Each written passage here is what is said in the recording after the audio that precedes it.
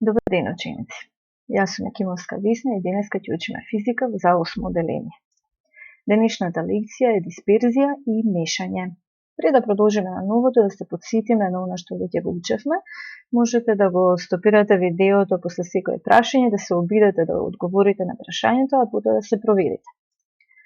Што представува светлината? Светлината е вид на енергија. Како се вика најмалата количина на светлинска енергија? Најмалата количина на светлинска енергија се вика фотон. Каква појава е прекршувањето на светлината? Прекршувањето на светлината е појава при која светлината минува од една прозирна средина во друга и на границата меѓу нив ја менува насоката на распространување. Се надевам дека немавте проблем при одговарање на овие прашања, а сега да продолжиме со новото. При нас гледаме една слика. На сликата има стаклена призма и низ стаклената призма, тоест кон неа е упатен бел зрак светлина. Да се подсетиме, белата светлина е всушност светлината која што се добива од сонцето. Белата светлина паѓа на оптичката призма и можете да забележите дека понатака не продолжува како под права линија, тоест ја менува со велегувањето во призмата, ја менува својата насока. Но дали ја менува само насоката? Се надевам забележавте дека не само што ја менува насоката, туку се разложува. Значи имаме од бела светлина добивање повеќе бои на светлината. Како што продолжува оваа светлина и доаѓа до другиот крај на оптичката призма, таа повторно излегува од неа и не само што излегува, што друго се случува? Дали продолжува по права линија? Не. Имаме повторно прекршување на светлината, повторно менување на нејзината насока. И, значи, можеме да заклучиме дека кога бел зрак на светлина паѓа на стаклена призма, при влегувањето во призмата и при излегувањето од неа, зракот се прекршува, но не само што се прекршува, тој и се разложува на различни бои. Тоа разложување го викаме разложување или дисперзија на белата светлина. Продолжуваме понатака. Веќе ги спомнавме боите добиени од белата светлина на сонцето. Како се подредени, можеме да се искористиме од овој црт, да се послужиме со него, за да знаеме како одат боите кои што се добиваат со разложување на белата светлина. Почнуваме со црвената боја, портокаловата, жолтата, зелената, сината, темно-сината и виолетовата.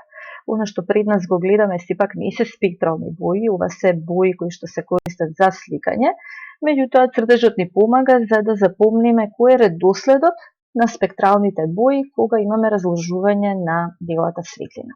Се надевам го запомнивте. Да го разгледаме следниот цртеж.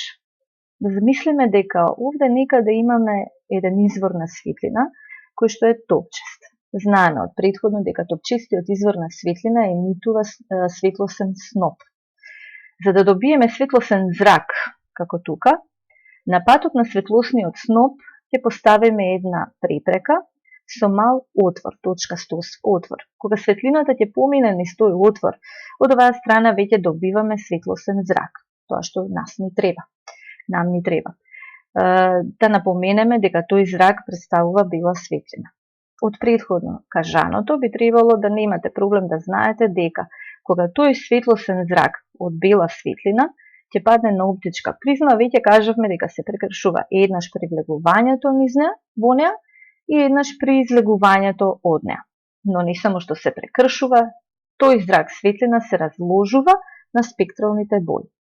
Но овој пат на патот на спектралните бои да поставиме друга препрека, која што всушност ќе биде филтер, и тоа црвен филтер. Ќе се пропушти само црвената светлина. На патот на црвената светлина поставуваме друга оптичка призма. Што се случува? Дали се повторува истата ситуација како тука? Дали зракот се разложува како кај белата светлина? Што забележувате? Не е така. Во овој случај да, имаме повторно двојно прекршување на светлината. При влегувањето и при излегувањето од призмата. Меѓутоа погледнете, црвената светлина не се разложува. Таа продолжува како црвена светлина и откако ќе излезе од призмата, се додека не дојде до екранот. Од тука можеме да заклучиме дека постојат светлини кои што се составени од повеќе компоненти и ние ги викаме полихроматски светлини, тоест полихроматска светлина, додека ова што го читате горе, монохроматска светлина е всушност во примерот црвената светлина, тоест онаа светлина која што е составена само од една компонента. Значи ќе повторам уште еднаш, разликуваме полихроматска и монохроматска светлина. Полихроматска светлина во таа група спаѓа белата светлина, бидејќи се состои од повеќе компоненти, додека во монохроматска светлина спаѓа црвената светлина од нашиот пример, бидејќи се состои само од една компонента. Продолжуваме. Се извинувам за цртежот, меѓутоа мислам дека ќе ни помогне сепак. На овој цртеж имаме две призми. Едната е поставена најнормално, другата е поставена обратно во однос на првата.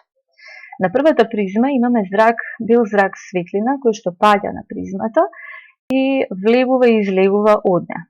Како што веќе кажавме досега, при влегувањето се прекршува, се разложува и при излегувањето повторно имате прекршување на светлината. Но, што доколку таа светлина, спектралните бои, паднат сега на друга оптичка призма, која што, повторувам, е обратно поставена од првата.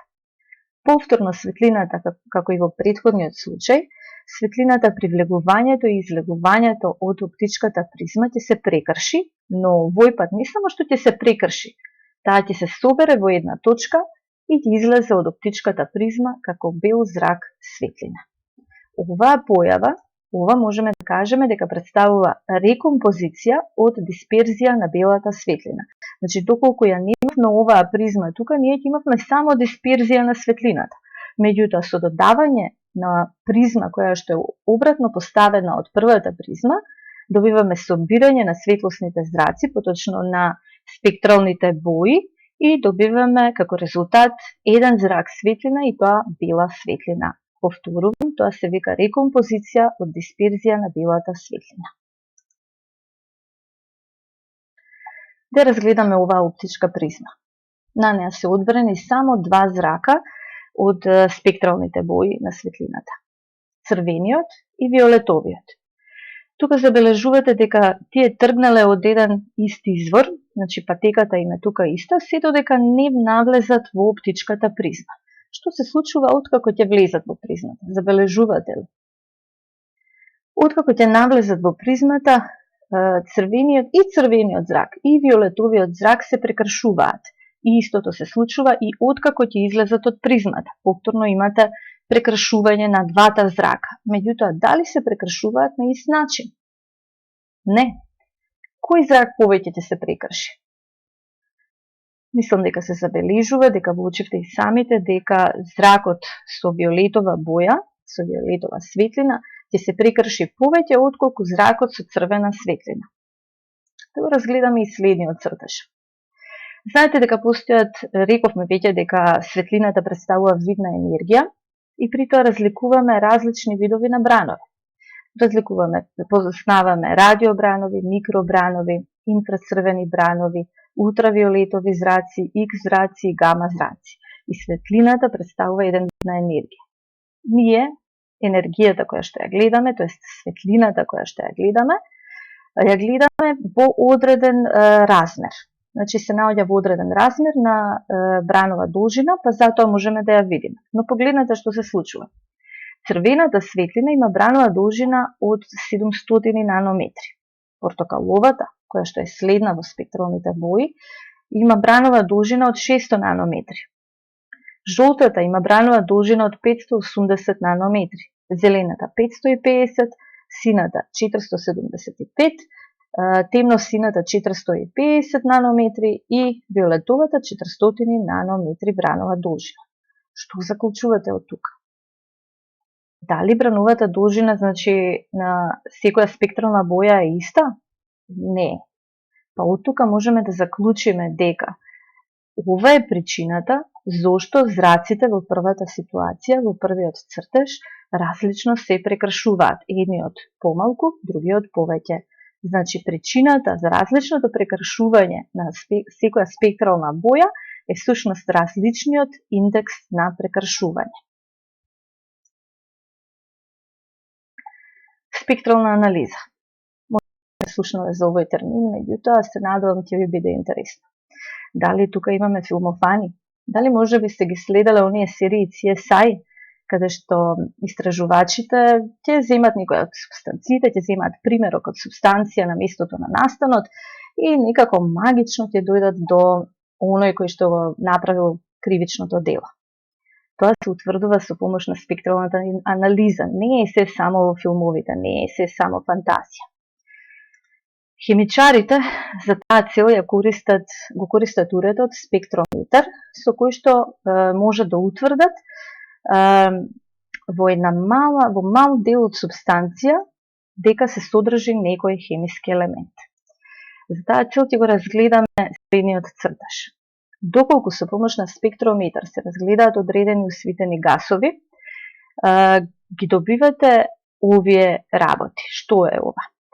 Ова представува спектралната анализа на водородот. Ова е спектралната анализа на хелиумот, а ова е спектралната анализа на неонот. Овде е спектралната анализа на сончевата светлина. Доколку повторувам уште еднаш, земете осветени гасови, ги анализирате со помош на спектрометар, добивате ваков изглед, тоест ваква спектрална анализа.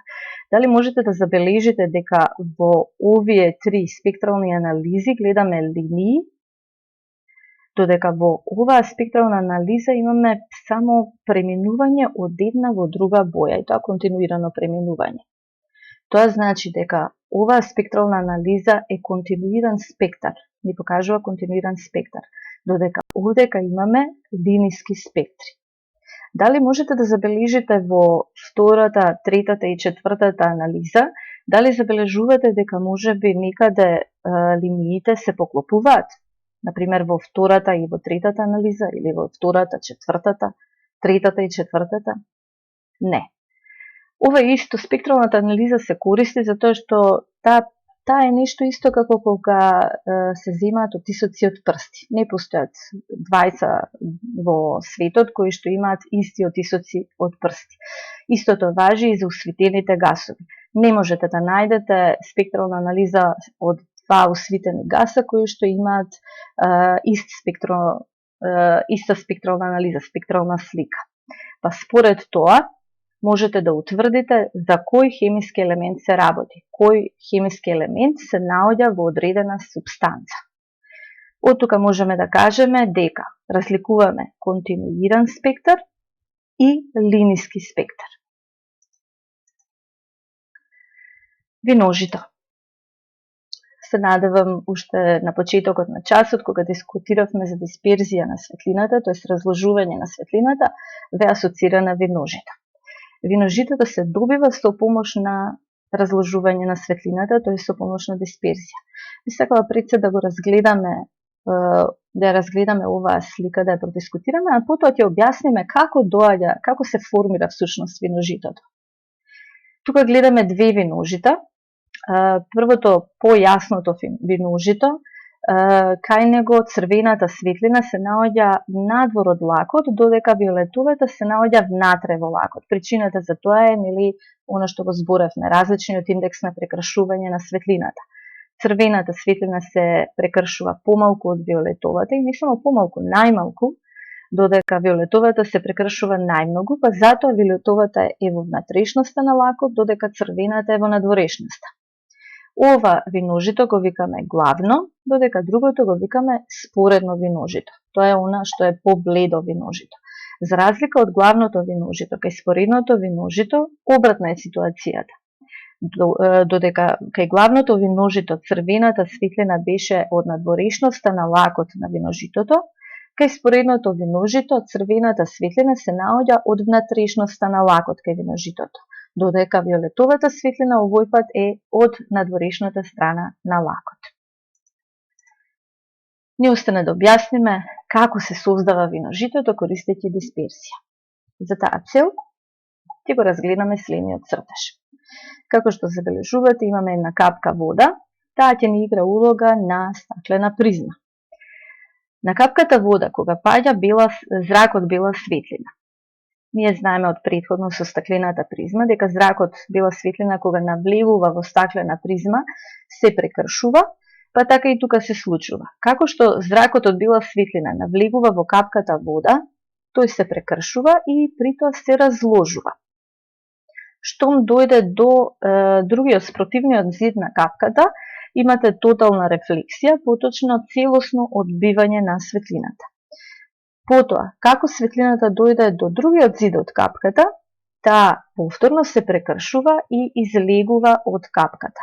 И на тој начин, бидејќи знаеме дека кога бел зрак светлина навлегува во стаклена призма, привлегување и излегување се прекршува, но исто така и се разложува на спектралните бои, истото се случува и тука. Значи, имате прекршување, привлегување, прекршување при излегување од капката, а притоа разложување на спектралните бои. Сега замислете дека во просторот имате влажност. Значи, влажност во воздухот, имате многу капки, не само една, и ни секоја една таква капка се случува оваа ситуација, овој процес. На тој начин се формира виножитото. Да го повториме наученото. Ова се прашања, ве молам, стопирајте го видеото, обидете се да ги одговорите, а потоа продолжете за да го слушнете одговорот. Значи, прашањата беа: што е дисперзија, што е монохроматска светлина, која е причината за разложување на белата светлина, каков е спектарот на бои од сончевата светлина, а каков од осветените гасови. Одговорите се следните. Дисперзија е разложување на белата светлина на спектралните бои. Монохроматската светлина е светлина составена од една компонента. Причината за разложување на белата светлина е различниот индекс на прекршување на спектралните бои. И на прашањето каков е спектарот на бои од сончева светлина, велиме е континуиран, а каков е од осветени гасови, велиме дека е линиски. Се надевам дека не беше тешко. Не остане уште нешто, да се обидете сами да создадете виножито, меѓутоа ова се однесува на оние кои што имаат двор и можат да излезат на кратко. За да создадете самите виножито, без разлика дали тоа го има моментално или не, што треба да направите? Значи, да излезете во дворот, да земете една прскалка, значи нешто што ќе разнесува вода, ќе распрскува вода, црево некое, и да застанете со грбот свртени кон светлината. На тој начин ќе се формира виножито пред вас.